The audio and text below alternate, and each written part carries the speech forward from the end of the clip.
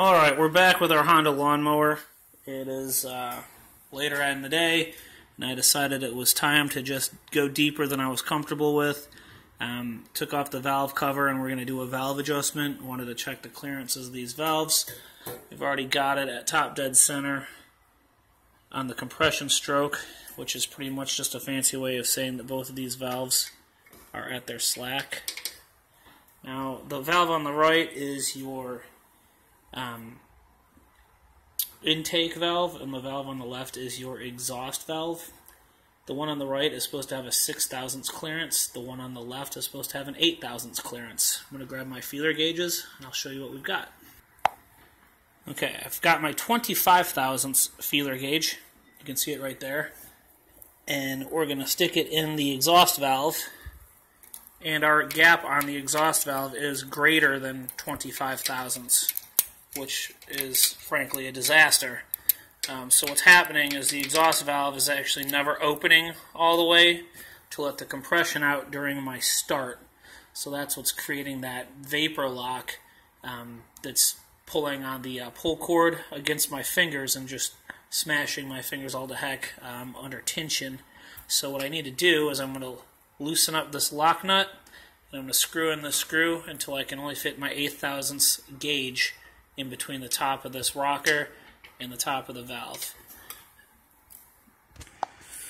And I've got my 6mm box wrench, and I'm simply just going to get in there and loosen that bad boy up. And that's going to make this little square thing release so that I can screw it in here. And instead of buying the special tool from Honda, I'm going to just use a set of pliers.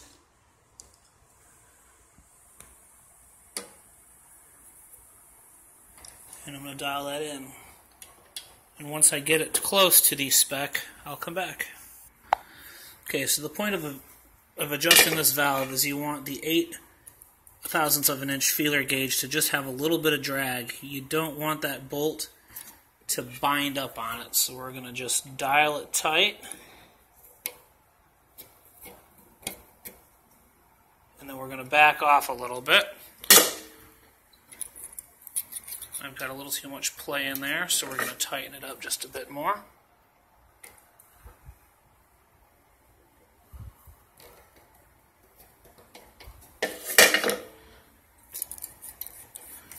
Alright, so that slides in there. There's a little bit of drag.